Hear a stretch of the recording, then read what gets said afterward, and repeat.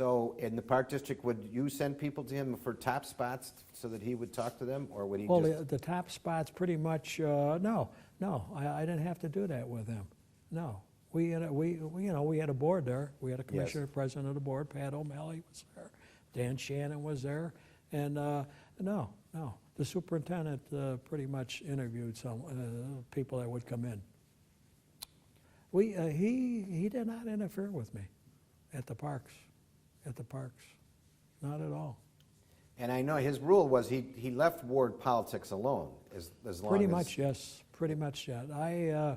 I chaired the North Side Ward too. That was another position I had. I was chairman of the North Side Wards, which consisted of 21 wards. I chaired the North Side Wards. So I pretty much held meetings of all the ward committeemen.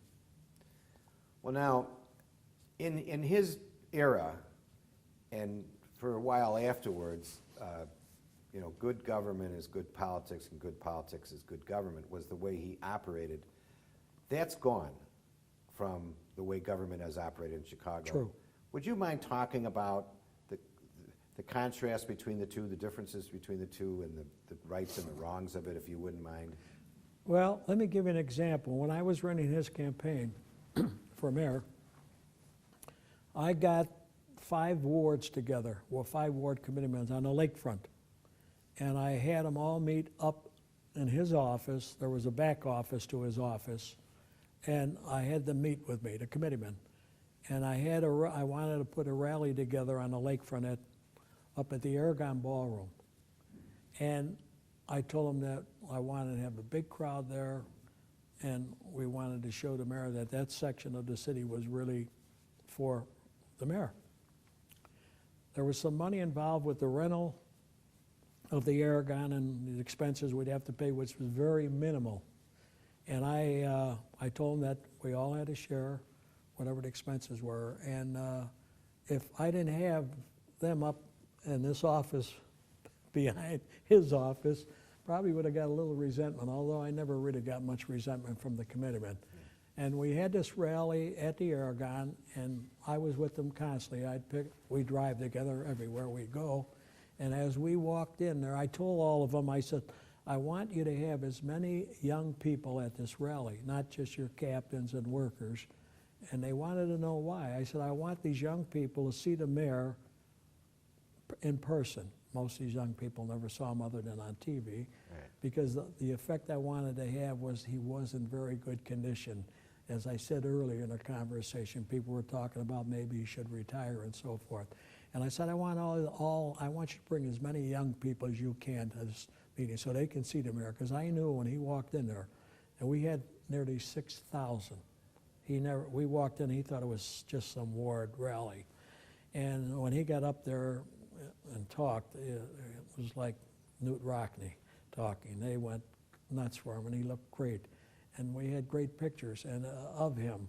And I had baseball players from the Sox and some of the Bears there. I tied in sports celebrities and so forth. We had every candidate that was running for office there. And when we left there, it was about 8:30. I had another date for him set up at Clarendon Park, which is only about 6 blocks from the Aragon.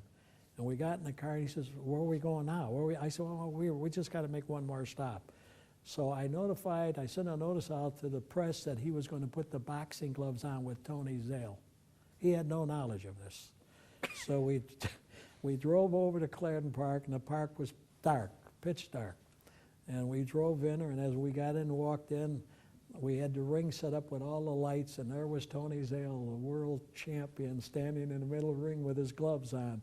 And I got the mayor up in the ring, and photographers are all over the place. And we put the gloves on, and he was talking to Tony. He was having a good time.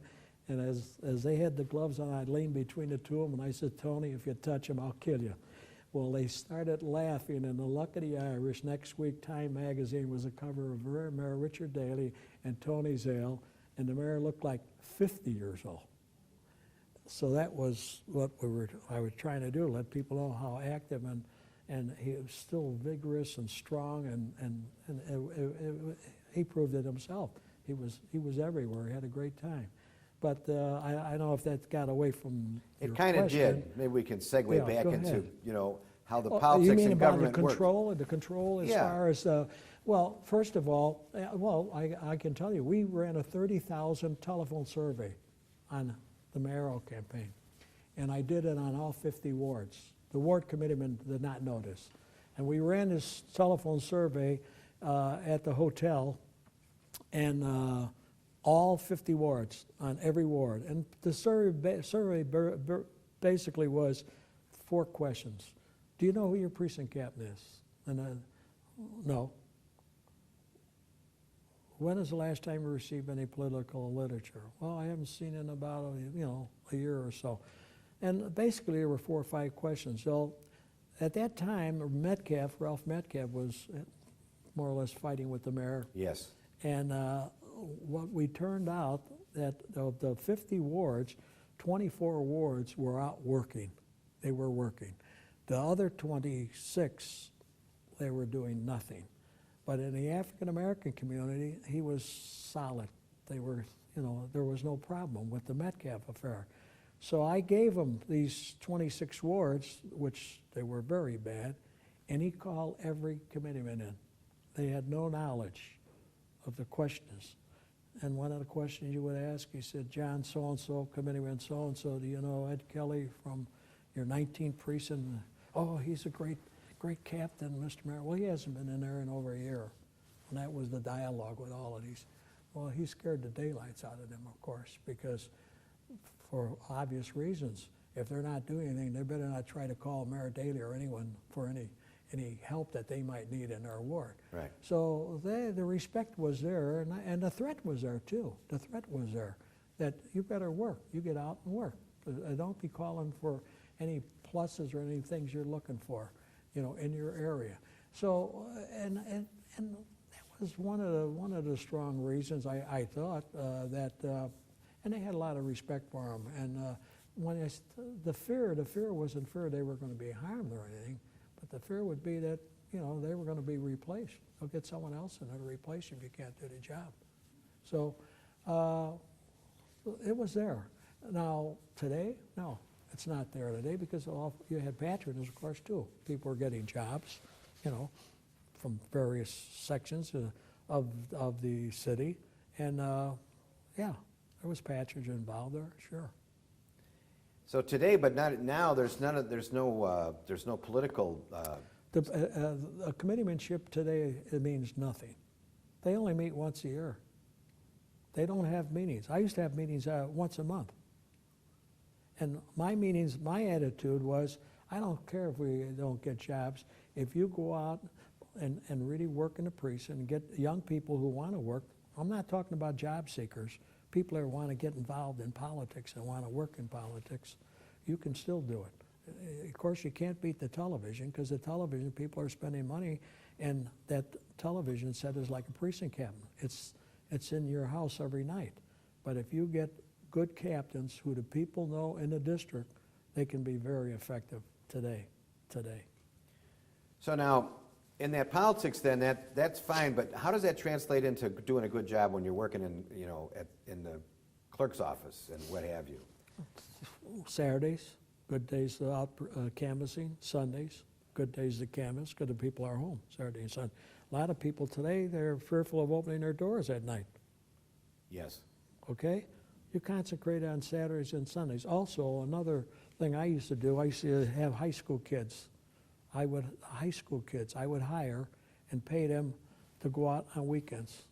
And people will open the door for high school kids. And what would they do? I mean, Canvass. They'd canvass. would they? And I'd like you to talk And about literature. and Passing out literature. what about the palm cards? People outside of Chicago, they don't know what a palm card is. The palm card is only effective if you got a committeeman who is a successful committeeman. Because the people will vote for the palm card because of the committeeman, what that committeeman has been doing for you. If they say, well, geez, Ed Kelly's he's interested in these 2 people, and they're pretty good candidates. I'd like to support Ed Kelly and his candidates. That's where the palm card could be effective. But a lot of people today, the palm card you know, again, it all depends on who the committeeman is of that ward. If you got a good working committeeman, they'll pay attention to the palm card. If you don't, they'll ignore it. Do you think government services, not just government service, not political services, do you feel that government services are better when there's a political environment above it, or does it make any difference? Or, I mean, you know, that's one of the changes. It's yes and no. Yes and no. If you're not getting service in your ward, and somebody's, you know, the ward superintendent or whoever, and if you don't have any influence at all, and that person's not doing a good job, and you can't replace them, you're going to continue to get bad service. If you have some influence with the mayor or whoever, and you call and you say, I've got a ward, so he's terrible. I'm getting all kinds of complaints on the garbage pickups and things of that nature. That's where the influence helps. Yeah, that makes sense. And you put someone in there that's good, because if they're not going to be good, you're going to get nothing but complaints from the people, and you're going to lose votes. So it doesn't always have to be a job holder to put in, and he's going to be there 2 hours a day, because that's gone, that's past. I wouldn't tolerate it. Even when I was superintendent, I'm going back 20 years, if I found out that any of my guys were not, they're gone, and they all knew it too. I told them I work more hours than any of you here. I'm at the office 7 in the morning. I'm the last one to leave down there, plus all the events I would go to. I was never home. So I wasn't telling them, you know, don't do what I do, because I put the time in, and they knew it. And, you know, every now and then you'd keep, but I was, you know, I was tough on my people. Was Daley that tough? When he had to be. When he had to be? Yeah, that's why he was a champion. When he had to be, absolutely. He's called political people in, and I was at a couple of them where he really, he really straightened them out pretty quick. Well, I remember when Dan Shannon went from being Park District President to not being anything, well, almost overnight. I'm very aware of that situation. And can you explain that in any way? Yes, I could, but I think that's something personal that, Okay. that Dan, yes, I'm very aware of this, what happened there. Let's take a break. After the mayor died in '76, then you, the next mayor that you had difficulty with was Jane Byrne. However, I mean, she wanted to turn the city into, she wanted to have a city department of recreation and get rid of the Park District to bring it in. And so there was some strong bitterness between you two that went on, and then it ended. And I'd like you to talk about that, if you would, because she ended up being an ally. After, when she defeated Mike Bolandic, I was very much with, I worked very hard with, I thought Mike Bolandic was one of the most wonderful persons I've ever met. And I was with Mike 100%, and I carried Mike. We carried Mike. And when she became mayor, she called me the next day after the election. And I was still chairman of the North Side, and I was still chairman of the slate making. And she said, you know, Eddie, I'm going to go on going away. She was out in California, and when I come back, I want you to, you know, be very close to me. I need you, bop, bop, bop. And I said, fine, you know, you're the mayor, and I'll work as hard as I did for Mike for you.